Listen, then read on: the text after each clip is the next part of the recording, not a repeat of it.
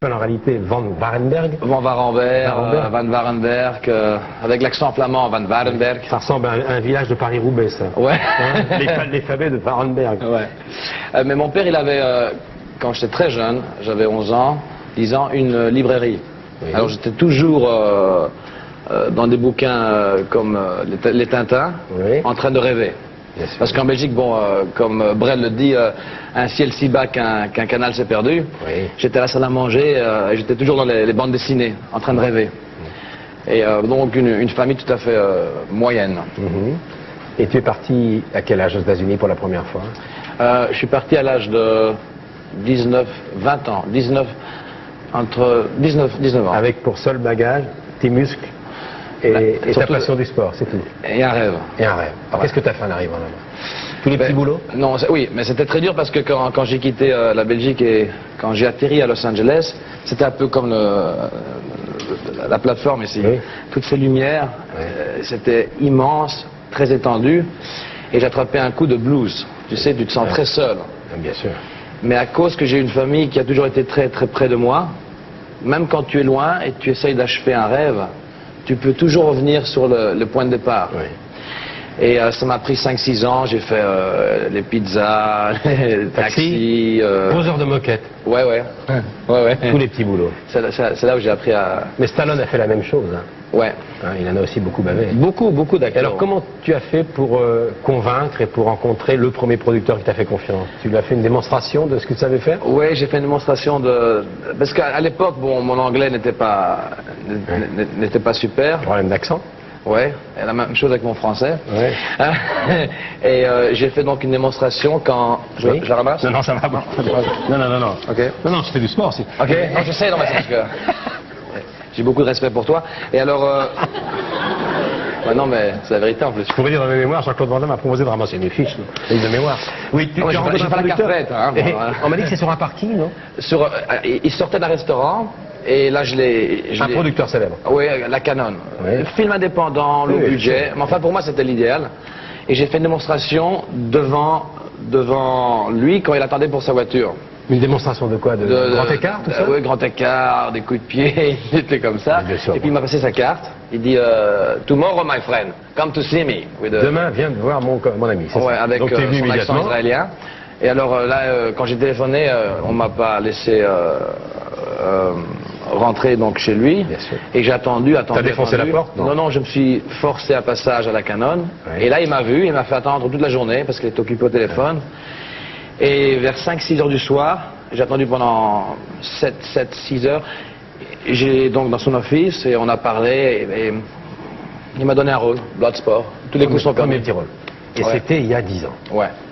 10 ans après, Jean-Claude Van Damme est au sommet du box-office et son film Le Grand Tournoi, qui est notre actualité aujourd'hui, est un énorme succès, sera un énorme succès en Europe, tous les fans l'aimeront, j'en suis sûr.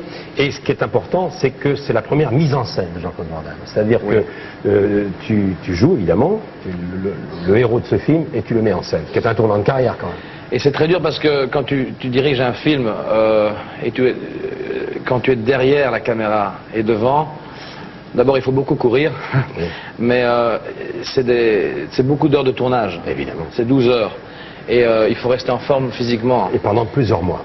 Et pas 4 mois. Oui, avec les décalages horaires, parce que je crois que le film a été tourné un peu partout dans le monde. Alors, Christophe Dubois, ça se passe dans les années 20, 25. Christophe Dubois, c'est Jean-Claude Van Damme, acrobate de rue, c'est ça? Un clown, acrobate, un voleur, qui est obligé de quitter New York. Ouais. Et on va pas raconter l'histoire, c'est un film d'aventure, d'action, mais aussi un grand film d'aventure. Il se cache dans les cales d'un cargo, et il s'en va en Orient. C'était tourné en Thaïlande?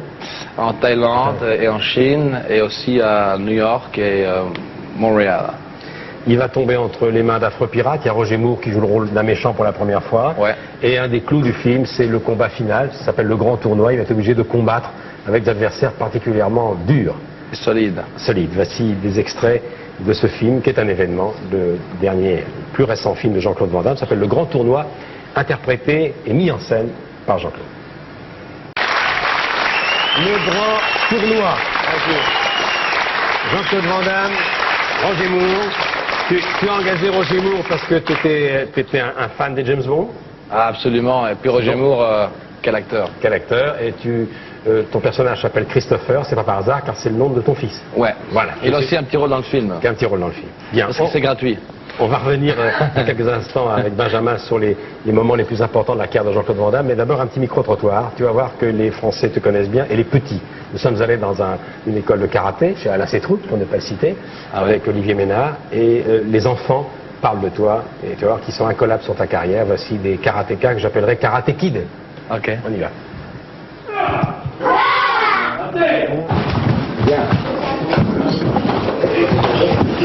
Bonjour les garçons, alors qui est Jean-Claude Van Damme? Un acteur.